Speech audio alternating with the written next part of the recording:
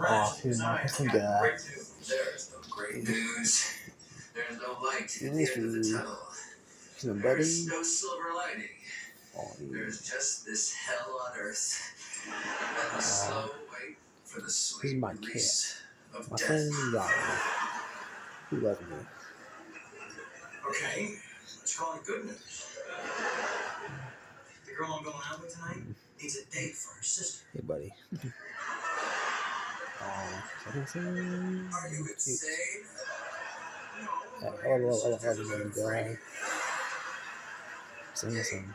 Jake, go to your room. If you want to talk about sex, why don't you go to your Handsome dude. Hey, it's my cat. Yari. So handsome. First of all, I don't want to talk about dating in front of my son while his mother and I are in the middle of a divorce. Okay, that's very caring and sensitive. Now let me tell you about revenge sex, little sister casual.